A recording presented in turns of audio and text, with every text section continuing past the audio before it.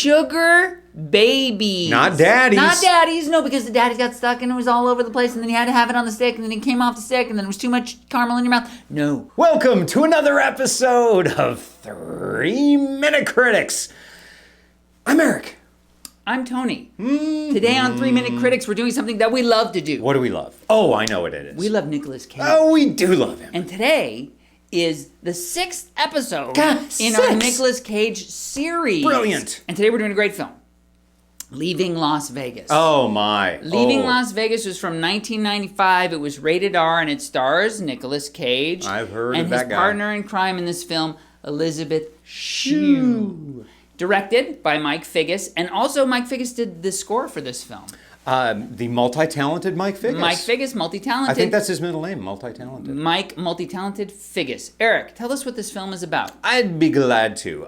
So Ben Sanderson is a Hollywood screenwriter who loses everything because of his alcoholism. Arriving in Las Vegas with the intention of drinking himself to death, Ben forms an uneasy relationship with a prostitute named Sarah. From the outset, Ben warns Sarah that no matter what, she can never ask him to quit drinking, a condition to which she agrees.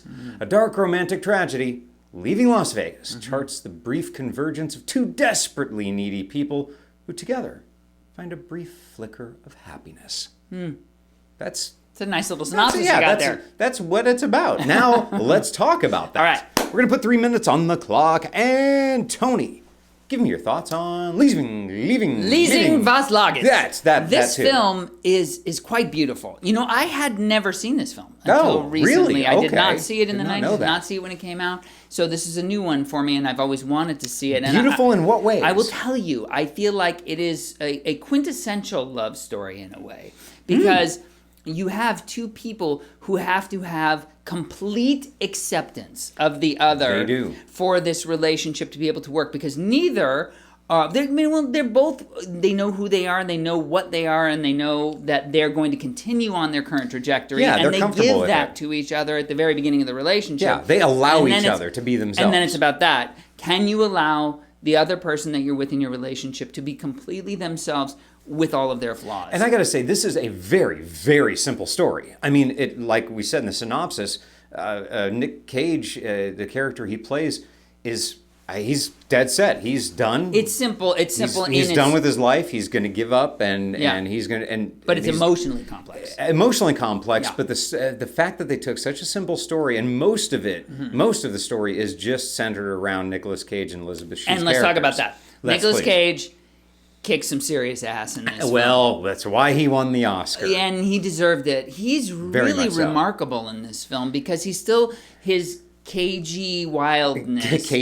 Cagey wildness, but he also embodies all of the things that are so tragic about this character in a way that's very believable and goes straight to your heart. And you get you're the very with him the whole goofy, time. fun Cage, but Yeah. then you get the tragic, dark side of things too. Yes. And actually, that's a point I'd like to make about this Yeah. film, is this isn't just a black, dark film throughout the whole thing. There's a lot of upbeat points to a tragic story within this. I guess. Yeah, well, it's pretty rough. yeah, it's pretty rough, but Yeah. with the music and the way Cage kind of takes some of those scenes and gives them a little bit of like kind of carefree, happy-go-lucky, you even though may he's chuckle. Yeah. You may chuckle, but you're still being torn No, up of course. constantly by underneath everything. all of it, it's still tragic. But he Yes. finds a way of Yes. making, killing himself by drinking somehow palatable. Well, not only palatable, but like I said, sort of beautiful. It's got a certain sort of Shakespearean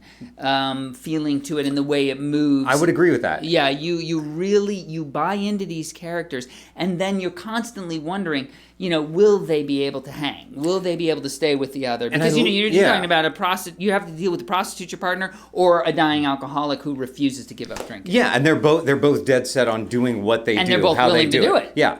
And a lot of the music in here actually plays up for the real dark parts and the real. I love what part. Figgis does. He does. He keeps it moving in a beautiful way. And speaking of beautiful music, beautiful music of the horn. that's our car horn. Beautiful music You of know the what horn. that means? It means it's time to rate this film on a scale of 5 stars. It does. And Eric, is going to start us off. I would love to. So there's so many things that I like about this film, but the main things are the performances by the two leads, Nicolas Cage, Elizabeth Shue.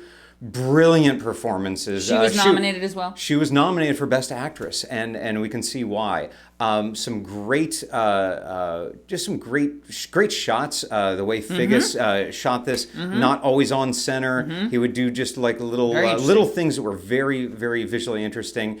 And with that, I'm going to say this is a 4 out of 5 star film for me. 4 out of 5. That is a good score. It is because it's a very good movie. Tony, your thoughts? I agree. This film is well acted, well directed, well written, well shot. The music is interesting. It's a very interesting film. It doesn't take you on a typical journey. It's an unusual story, and I think it tells an emotional story of a relationship that is really worthy of paying attention to because it's sort of an allegory. It's metaphorically very interesting, and you can take away from it what you want. But for me, it's all about selflessness in a relationship, and I think that's where the metaphor, that's what the intention is of the metaphor. I can see that. And it's quite beautiful. So for that, I give it 4.5 stars. I really enjoyed this film. Yes, this is one to catch. Whether you've seen it before and you want to go back and revisit it, or whether it's the first time, this is top of the heap right there. So and they're together. They're wonderful as well. They really relate. They're spark. They do a great job. And it's Nick Cage. It's Nick Cage! It's Nick Cage! Come on, Nick Cage! But that's it for us. We have no more time for this episode. We're out! We thank you for watching. Thank you. We love it when you subscribe. We love it when you like our videos. We love it when you share your comments. We love a lot of things. We love all those things and more. More and more. Yeah, but let me tell you, we are the 3-minute critics. Thank you for watching. Come back soon. Please. We like you.